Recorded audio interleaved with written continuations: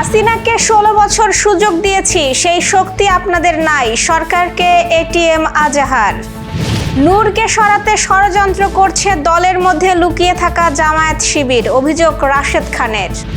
টিকা অব্যবস্থাপনায় 26 রোগের ঝুঁকি, উদ্বেগ বাড়ছে জনস্বাস্থ্যে। টানা 5 দিন দমকা হাওয়া ও বজ্রসহ বৃষ্টির আভাস। 9000 ধর্মীয় ও বিভিন্ন শূন্য পদে শিক্ষক নিয়োগের সিদ্ধান্ত। দর্শক, গ্রামীণ কাগজের সকালের সংবাদে আপনাকে স্বাগত। আপনাদের সাথে আছি আমি স্বপ্না দেবরাত। শুনছিলেন প্রধান শিরোনাম, এছাড়াও রয়েছে রাশিফল। এবার চলুন যাওয়া যাক মূল আয়োজনে। সরকারকে গণভোটের গণরায় বাস্তবায়নে সংবিধান সংস্কারের জন্য পদক্ষেপ নেওয়ার আহ্বান জানিয়েছেন জামায়াতে ইসলামীর নায়েবে আমির এটিএম আজহারুল ইসলাম। এর ব্যত্যয় ঘটলে আন্দোলনের হুঁশিয়ারি দিয়ে তিনি বলেছেন, আমরা হাসিনাকে 16 বছর সুযোগ দিয়েছি, সেই শক্তি আপনাদের নাই। শনিবার রাজধানীর বিজয়নগরের 11 দলীয় ঐক্য আয়োজিত বিক্ষোভ মিছিল পূর্ব সমাবেশে প্রধান অতিথির বক্তব্যে এসব কথা বলেন তিনি। সরকারের উদ্দেশ্যে এটিএম আজহারুল ইসলাম বলেন, সংখ্যাগরিষ্ঠতার ভয় দেখাবেন না। সংখ্যাগরিষ্ঠতা মানুষকে ক্ষমতায় রাখে না। আপনাদের চেয়ে আরো বেশি আসন পেয়েছিল আওয়ামী লীগের রাতে নির্বাচন করে। সেই সংখ্যাগরিষ্ঠতা আওয়ামী লীগকে রক্ষা করতে পারেনি। শুধু রক্ষা নয়, দেশ থেকে পালাতে বাধ্য হয়েছে। সংখ্যাগরিষ্ঠতার মাধ্যমে জনগণের রায়কে উপেক্ষা করলে জনগণের আসামির কাঠগড়ায় দাঁড়াতে বাধ্য হবেন। জামায়াতের এই নায়েবে আমির বলেন, আমরা সবচেয়ে কষ্ট পেয়েছি আজকে সরকারের মেয়াদে 2 মাস পূর্তি হওয়ার আগেই জনগণকে দাবি আদায়ের জন্য রাজপথে নামতে হয়েছে। আমরা সরকারকে বলতে চাই, রাজপথের আন্দোলন কিন্তু আপনাদের জন্য ভালো বার্তা দেবে না। গণ অধিকার পরিষদের সাবেক সাধারণ সম্পাদক ও বিএনপি নেতা রাশেদ খান বলেছেন, নুরুল হক নূরকে যাতে মন্ত্রিত্ব থেকে সরিয়ে দেওয়া হয় সেই প্ল্যান নিয়ে তার রাজনৈতিক ক্যারিয়ার ক্ষতিগ্রস্ত করার জন্য কাজ করছে। নিজেদের কর্মী ঢুকিয়ে গণ অধিকার পরিষদ ও এনসিপি দুটো দলের একটাকেও নিজেদের রাজনীতি করতে দেয়নি জাসি।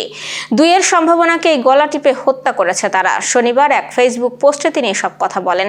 রাশেদ খান বলেন, গণ অভ্যুত্থানের পরে বাংলাদেশের তরুণদের রাজনীতির একটা সম্ভাবনা তৈরি হয়েছিল। নিজেদের রাজনীতি বাঁচিয়ে রাখতে সেটাকে জামায়াত শিবির গলা টিপে হত্যা করেছে। জীবনের ঝুঁকি নিয়ে 9 দফার ঘোষণা দিয়েও ডাকসুর ভিপি হতে পারেনি আব্দুল কাদের। এখানে তার দোষ কতটুকু? ঝুঁকি নেওয়াটাই বড় দোষ ছিল বুঝি।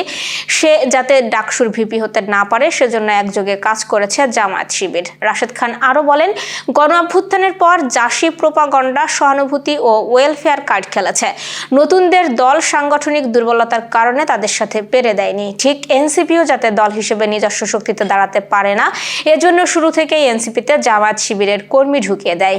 আমি আগেই বলেছি, এনসিপির 80% নেতাকর্মী জাসি থেকে আসা। এরা কোনোদিন জাসির মতামতের বাইরে বিকল্প কিছু করতে দিবে না।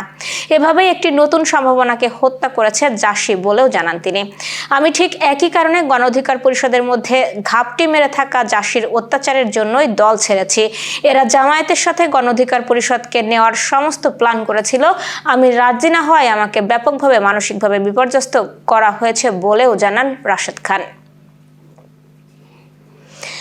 স্বাস্থ্য খাতে টিকা অব্যবস্থাপনা দেশব্যাপী রোগ প্রতিরোধ ও নিয়ন্ত্রণ কার্যক্রমে নতুন উদ্বেগ তৈরি করেছে। অভিযোগ রয়েছে, অন্তর্বর্তী সরকারের সময়ে 11টি রোগের সঙ্গে সংশ্লিষ্ট কিছু টিকার সংকট তৈরি হয়।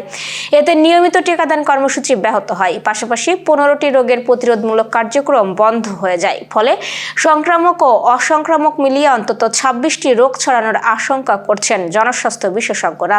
বিশেষজ্ঞ চিকিৎসকদের মতে, শিশুদের বিভিন্ন বয়সে মোট 7টি টিকা দেওয়া হয়, যার মাধ্যমে 11 ধরনের রোগ প্রতিরোধ সম্ভব। যেমন যক্ষ্মা প্রতিরোধে বিসিজি টিকা, নিউমোনিয়া থেকে সুরক্ষায় পিসিভি, হাম ও রুবেলা নিয়ন্ত্রণে এমআর টিকা, টাইফয়েড প্রতিরোধে টিসিভি এবং রোটা ভাইরাস জনিত ডায়রিয়া প্রতিরোধে ওরাল ভ্যাকসিন দেওয়া হয়।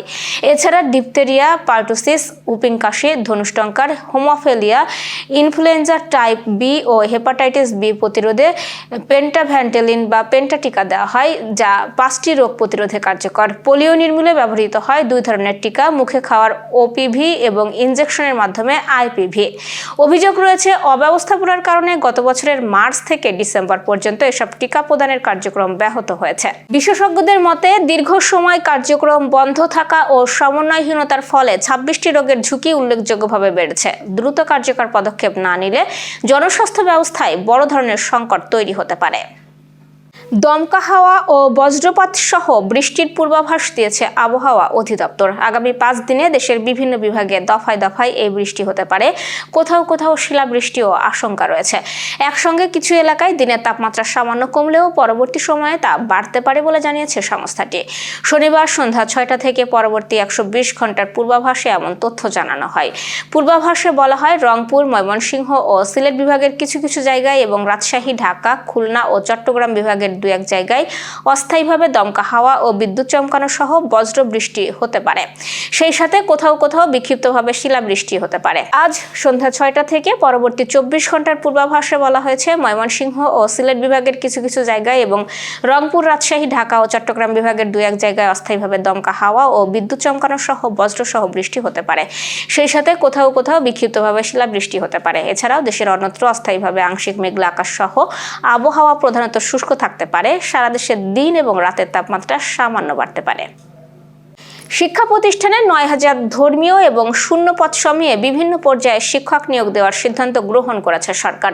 প্রধানমন্ত্রীর কার্যালয়ের মুখপাত্র জানিয়েছে, শিক্ষা প্রতিষ্ঠানের মাঠ শিশু কিশোরদের জন্য উন্মুক্ত করার উদ্যোগ নেওয়া হয়েছে।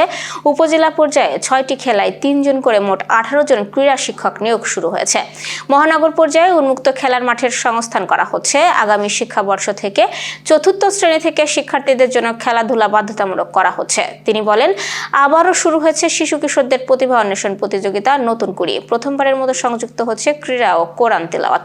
জাতীয় সংসদের গ্যালারিতে শিক্ষার্থীদের জন্য 150 আসন বরাদ্দ এবং দেশব্যাপী বই পড়াকে উৎসাহিত করার জন্য বেসরকারি খাতের সাথে যৌথ উদ্যোগও গ্রহণ করা হয়েছে। দর্শক, এবার চলুন জেনে নিই কেমন যাবে আপনার আজকের দিন, অর্থাৎ 19 এপ্রিলের রাশিফল। মেষ রাশির আর্থিক দিক ভালো থাকবে, তবে ব্যয়ে সংযম দরকার। বৃষ রাশির স্বাস্থ্য নিয়ে একটু সতর্ক থাকতে হবে। মিথুন রাশির কাজে ব্যস্ততা বাড়বে, তবে ফলও ভালো পাবেন। কর্কট রাশির আজ আবেগের বশে কোনো সিদ্ধান্ত না নেওয়াই ভালো। সিংহ রাশির আজ নেতৃত্ব গুণ প্রকাশ পাবে এবং সুযোগও আসবে। কন্যা রাশির অপ্রত্যাশিত কিছু খরচ হতে পারে আজ। তুলা রাশি কঠিন সময়ে বন্ধু বা সহকর্মীদের সহযোগিতা পেতে পারেন আজ। বৃশ্চিক রাশির আজ ব্যক্তিগত জীবনে শান্তি বজায় রাখা খুবই দরকার। ধনুরাশির মন ভালো থাকবে এবং সৃজনশীল কাজে সফলতা পাবেন। মকর রাশি গুরুত্বপূর্ণ সিদ্ধান্ত নেওয়ার আগে ভালোভাবে চিন্তা করুন। কুম্ভ রাশির আজ অংশীদারিত্বে লাভের সম্ভাবনা রয়েছে। মীন রাশি ছোটখাটো সমস্যায় বিচলিত না হয়ে ধৈর্য ধরুন। দর্শক, এই ছিল এখনকার আয়োজন। সব খবর সবার আগে জানতে ও দেখতে চোখ রাখুন গ্রামের কাগজের ইউটিউব চ্যানেল ও ফেসবুক পেজে। বিদ্যুৎ ও জ্বালানি তেল ব্যবহারে সাশ্রয়ী হন। আপনার কোনো প্রশ্ন বা তথ্য থাকলে জানাতে পারেন কমেন্টে। এতক্ষণ সাথে থাকার জন্য ধন্যবাদ। পরবর্তী খবর দেখুন বেলা 1টায়।